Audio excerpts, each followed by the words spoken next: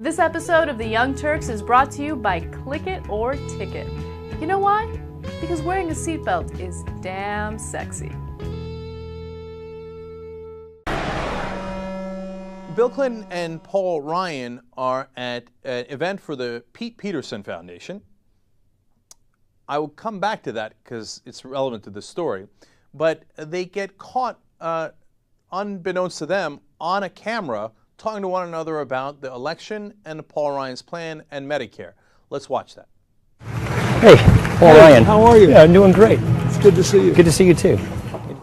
I'm glad we won this race in New York, but I hope the Democrats don't use it as an excuse to do nothing. My guess is it's going to sink into paralysis is what's going to happen. And you know the math. I mean, it's just we knew we were putting ourselves out there, but you got to start this. You got to get out there. You got to get this thing moving. If you don't want to talk about it, yeah, I'll give you a call. Great, thanks.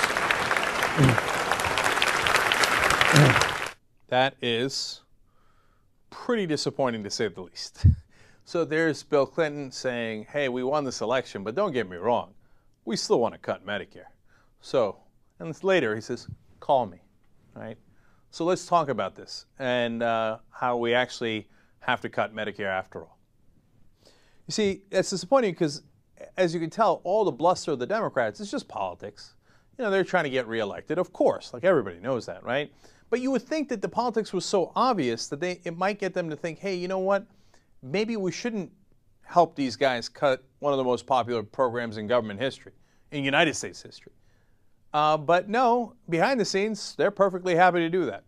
You think it's just Bill Clinton? Steny Hoyer said Medicare's on the table. He's the second in charge for the Democrats in the House.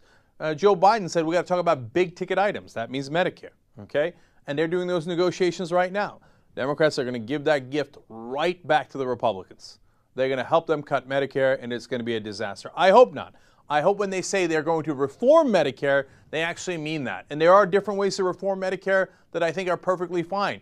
Now, Nancy Pelosi's talking about it. Jared Bernstein, the man who used to be the chief economist for Vice President Biden, was on my MSNBC show today at 6 o'clock, and he said that they are going to negotiate drug prices with the drug companies. Now, that's interesting news because that means that they would have to get a new bill that would take away a part of the health care bill that President Obama passed. Well, I would love that. That would be a great way of lowering Medicare prices.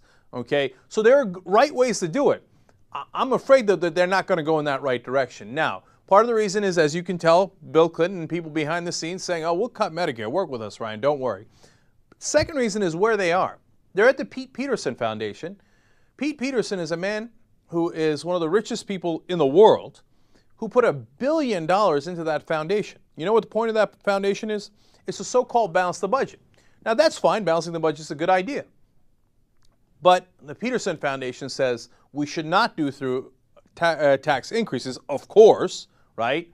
We should do it mainly by cutting entitlement programs like Social Security and Medicare. Look, there's a lot of rich people in this country who have put a lot of money behind, hey, you know what? Do not take our money. Do not tax us at all above what we are now. In fact, we want it to go lower, and that's why Paul Ryan's plan actually lowers taxes for people like Pete Peterson from 35% to 25%. We want you to find the money. We don't want you to get it from us. We want you to get it from the middle class, from the people who paid into Social Security, from the people who paid into Medicare. We want you to rob them. That's what Pete Peterson wants you to do. And by the way, Pete Peterson brags about how charitable he is because he gave $1 billion to an entity that wants to rob the middle class of their Social Security and Medicare to pay the rich. That's their idea of charity. And what's happening there? President Bill Clinton is speaking there, Paul Ryan is speaking there, and it happens over and over. I can't tell you the number of Democrats that have spoken at Pete Peterson events. Why? Because he's got a lot of money, and those politicians love that money. So behind the scenes, they're going to come for your programs. Did you know that men are actually less likely than women to wear their seatbelts? Which I don't understand. Not wearing your seatbelt makes you look like an idiot. I'm not kidding. Whenever I see someone who's not buckled up, I think, idiot. Because it could save your life. So do it. Just buckle up.